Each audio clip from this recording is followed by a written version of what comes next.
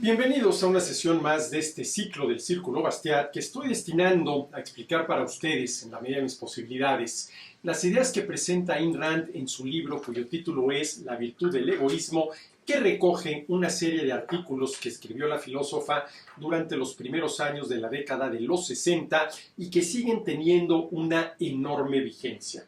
Estamos ya tratando el tema de los derechos del hombre y valdría la pena, antes de continuar, tratar de definir de la manera más exacta posible qué es un derecho, que me parece que es uno de los temas fundamentales, obviamente, del derecho, de la filosofía del derecho, del gobierno, de la filosofía del gobierno, de la política y de la filosofía política. Y a mí me gusta definir al derecho de la siguiente manera. El derecho, que siempre es de alguien, es la obligación que siempre es de alguien más de realizar o no realizar determinadas conductas. Lo cual quiere decir que el derecho solamente tiene sentido allí donde por lo menos hay dos. La persona que tiene ese derecho y la otra persona que tiene la obligación de realizar o no realizar determinadas conductas con relación a ese derecho. Y de esto, de los derechos del hombre, es de lo que habla Ayn Rand en el capítulo 12 de su libro La virtud del egoísmo, y lo retomo donde nos quedamos la última sesión. A ver, en la última sesión nos quedamos con esta idea de Rand. Una sociedad civilizada es aquella en la cual la fuerza física está proscrita en las relaciones humanas. Una sociedad en la cual el gobierno, actuando como policía, puede usar la fuerza solo como represalia y únicamente contra quienes iniciaron su uso. Y aquí podemos hablar de dos posibles usos de la fuerza. Un uso ofensivo e ilegítimo de la fuerza y un uso defensivo ilegítimo de la fuerza. A ver, ¿cuándo la fuerza se usa, sí, vamos a decirlo así, de manera ilegítima? Cuando se usa para agredir a alguien. Ese es el uso ofensivo, se está ofendiendo, se está agrediendo, se está perjudicando a alguien y por lo tanto ilegítimo de la fuerza. Y un buen ejemplo de esto es, por ejemplo, la fuerza que con una pistola apuntándole a la cabeza ejerce el ladrón para robarle sus pertenencias a su víctima. Ese es un uso ofensivo e ilegítimo de la fuerza que desde el punto de vista ético es total y absolutamente reprobable. ¿Y cuál es el uso defensivo ilegítimo de la fuerza? El que la víctima de un delito ejerce para tratar de evitar, habrá que ver si lo logra, que se cometa ese delito. Por ejemplo, la defensa que puede llevar a cabo quien va a ser víctima de un robo, que en este caso sería autodefensa. ¿Y cuál es la fuerza que debe tener el gobierno? La fuerza defensiva ilegítima. ¿Qué quiere decir esto? Que el gobierno está ahí para hacer valer nuestros derechos en contra de quienes intenten violarlos. El derecho a la vida, el derecho a la libertad individual y el derecho a la propiedad privada.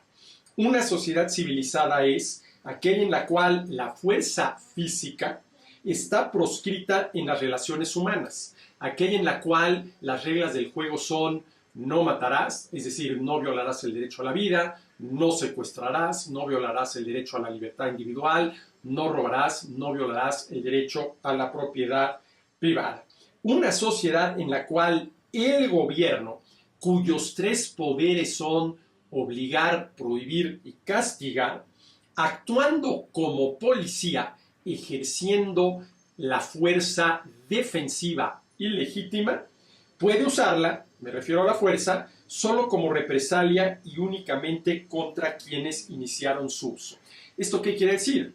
Que el gobierno debe usar la fuerza para defender a los ciudadanos de las agresiones de los delincuentes, pero ningún gobierno debe usar en ninguna circunstancia la fuerza para agredir a los ciudadanos cosa que desafortunadamente, y ya veremos cómo, los gobiernos hacen una y otra vez, y muchas veces con plena justificación constitucional o legal. Pero ya llegaremos a ese punto. Entonces, en una sociedad civilizada, es aquella en la cual la fuerza física está proscrita en las relaciones humanas.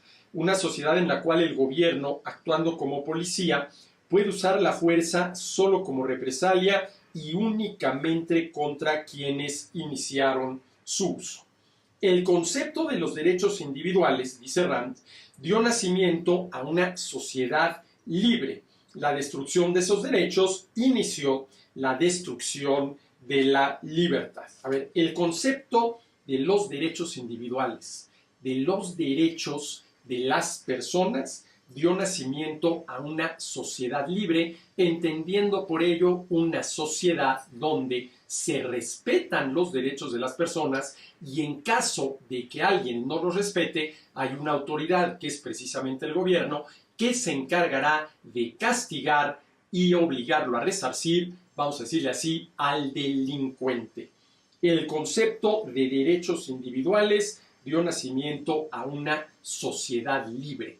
Dio nacimiento, digámoslo así, a las sociedades liberales si aceptamos que el liberalismo, más que una ideología, es un principio de conducta que dice lo siguiente: respetando los derechos de los demás y asumiendo, muy importante, asumiendo el riesgo y la responsabilidad, haz lo que quieras. ¿Cuál es el único límite a la conducta del ser humano? Los derechos de los demás. ¿Qué es a lo único a lo que se le debe obligar al ser humano? A respetar los derechos de los demás. ¿Qué es lo único que se le debe prohibir? Violar los derechos de los demás. ¿Y por qué es por lo único por lo que el gobierno debe castigar a las personas? Por haber violado los derechos de los demás, es decir, por haber cometido delitos. Y entiendo por delito cualquier conducta que viola derechos de terceros. El concepto de los derechos individuales dio nacimiento a una sociedad libre. Y aquí vuelvo a mi definición de derecho. El derecho, que siempre es de alguien, es la obligación, que siempre es de alguien más, de realizar o no realizar determinadas conductas, ¿sí? Y a ver, estas obligaciones, ¿sí?, que son la contrapartida del derecho de alguien, pueden ser de dos tipos. Obligaciones negativas, no hacer algo. Por ejemplo, no matar, respetar el derecho a la vida; no secuestrar, respetar el derecho a la libertad individual; no robar, respetar, ¿sí?, el derecho a la propiedad privada. Son obligaciones negativas que tienen que ver con lo que podríamos llamar derechos naturales, que son los que las personas tenemos por el hecho de ser personas. Y a lo largo de la historia se ha cuestionado si realmente las personas tenemos derechos naturales. O dicho de otra manera, si los demás, por el hecho de yo ser una persona, tienen para conmigo ciertas obligaciones, aunque no estén, vamos a decirlo así, recogidas en algún ordenamiento jurídico. Los demás, por el hecho de yo ser persona, ¿tienen para conmigo ciertas obligaciones? Sí, claro que sí. ¿Cuáles son? Fundamentalmente tres: no asesinarme, no matarme, respetar mi derecho a la vida; no secuestrarme, no esclavizarme, respetar mi derecho a la libertad individual; no robarme, no estafarme, respetar mi derecho a la propiedad privada. ¿Y esto qué quiere decir? Que los derechos naturales sí existen y son los que tenemos las personas por el hecho de ser personas. Y esos derechos naturales, de parte de los demás, suponen obligaciones negativas: no realizar determinadas conductas, no matar, no secuestrar, no robar. Pero luego hay otro conjunto de derechos, que a mí me gusta llamarlo los derechos contractuales, que son los que las personas, vamos a decirlo así, adquirimos voluntariamente por así haberlo pactado, acordado con alguien más. Y un claro ejemplo de estos derechos contractuales son lo que yo llamo los derechos mercantiles. Por ejemplo, el derecho que tiene el comprador de recibir, si ya la pagó, la mercancía comprada, que tiene como contrapartida la obligación del vendedor de entregarla. Y el derecho que tiene el vendedor de recibir el pago por la mercancía vendida, que tiene como contrapartida la obligación del comprador de realizar ese pago. Y estos obviamente también son derechos, ¿sí? Que suponen obligaciones positivas, sí hacer algo. Yo comprador, sí pagar la mercancía que ya me vendieron, y yo vendedor, sí entregar la mercancía que ya me compraron. Entonces, el derecho que siempre es de alguien es la obligación que siempre es de alguien más de realizar o no realizar determinadas conductas. Y dice Rand, el concepto de los derechos individuales dio nacimiento a una sociedad libre. Y más que el concepto de los derechos individuales, el respeto a los derechos individuales. El concepto de los derechos individuales dio nacimiento a una sociedad libre. Y luego dice Rand, la destrucción de esos derechos inició la destrucción de la libertad. Ahora, ¿cómo hay que entender este concepto de la destrucción de esos derechos? Bueno, en primer lugar, si se viola el derecho a la vida, si se viola el derecho a la libertad individual, si se viola el derecho a la propiedad privada, podríamos decir que hay una destrucción de derechos, aunque estrictamente hablando, un derecho no se puede destruir.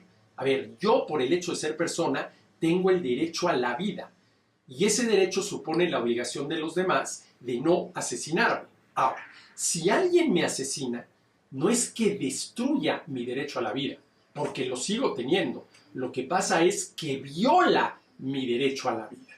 Y para que lo viole, yo debo seguir teniendo el derecho a la vida, ¿sí? Pero Rand dice, la destrucción de esos derechos inició la destrucción de la libertad. Ahora, la primera destrucción, para utilizar el concepto de Rand, que podía darse de los derechos sería violarlos. Asesinar, esclavizar, robar. Pero hay otra destrucción de derechos que tiene que ver con la falsa identificación de necesidades y o intereses como derechos. Lo que la misma Rand llama una inflación aplicada, ¿sí?, al ámbito de los derechos, cuando necesidades y o intereses se identifican como derechos. Y como la tarea del gobierno es hacer valer los derechos de las personas, si yo identifico una necesidad como un derecho, entonces es obligación del gobierno satisfacer esa necesidad. Pero entre hacer valer un derecho y satisfacer una necesidad hay una diferencia fundamental, porque para satisfacer la necesidad el gobierno tiene que proveer el satisfactor. Y la pregunta es, ¿de dónde salen los recursos para que el gobierno pueda proveer los satisfactores necesarios para satisfacer las necesidades que arbitrariamente, tramposamente, ya se han identificado como derechos? Es más, hay quienes han dicho que ahí donde hay una necesidad, hay un derecho, lo cual evidentemente no es cierto, porque una cosa son los derechos y otra cosa muy distinta son las necesidades y otra cosa muy distinta son los intereses. ¿Y qué pasa cuando necesidades y o intereses se identifican como derechos? Que entonces podemos pasar de lo que se conoce como Estado de Derecho a Estado de Derechos que degeneran en Estado de Chueco, que viene a ser la antítesis del Estado de Derecho. El concepto de los derechos individuales dio nacimiento a una sociedad libre. La destrucción de esos derechos, sobre todo por la identificación tramposa de necesidades y o intereses con derechos, inició la destrucción de la libertad, la agresión en contra de la libertad individual y de la propiedad privada. ¿Por qué?